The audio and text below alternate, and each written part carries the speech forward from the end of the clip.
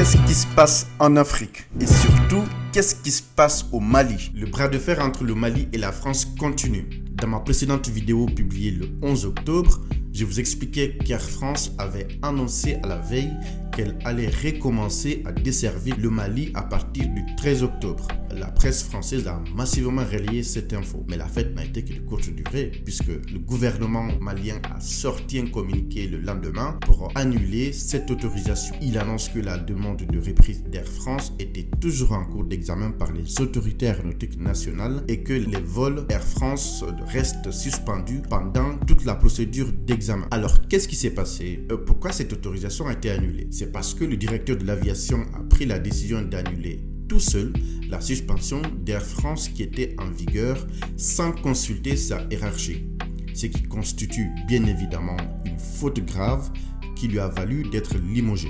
Mais pourquoi on en est arrivé à cette suspension? Le 17 août dernier, Air France décide unilatéralement de suspendre ses vols à destination du Mali et du Burkina Faso en invoquant la fermeture de l'espace aérien du Niger suite au coup d'État du 26 juillet.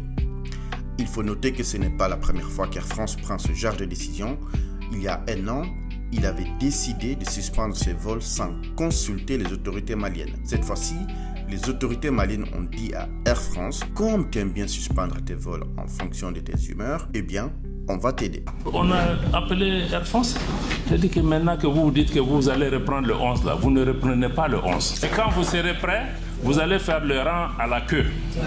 Si on est prêt, à vous redonner.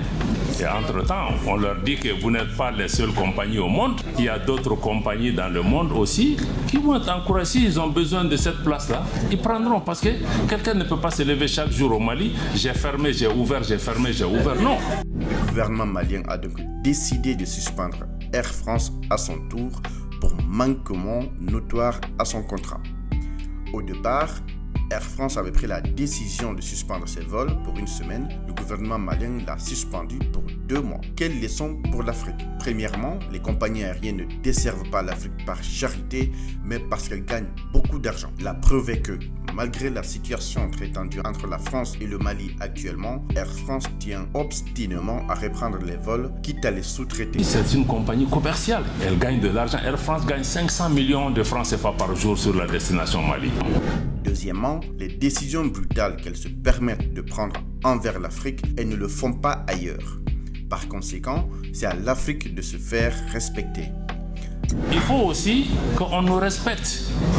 On respecte même la clientèle parce que ce n'est pas du bétail. Il y a des gens qui sont bloqués à Paris depuis combien de jours? Ils sont là, ils ne peuvent pas faire ça aux États-Unis, ils ne peuvent pas faire ça dans d'autres régions. Ils font ça chez nous. Vous vous levez Burkina, Niger, Mali, on a fermé.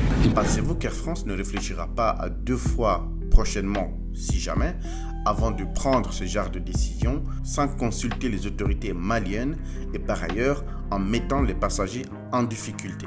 Dites-moi ce que vous en pensez dans les commentaires.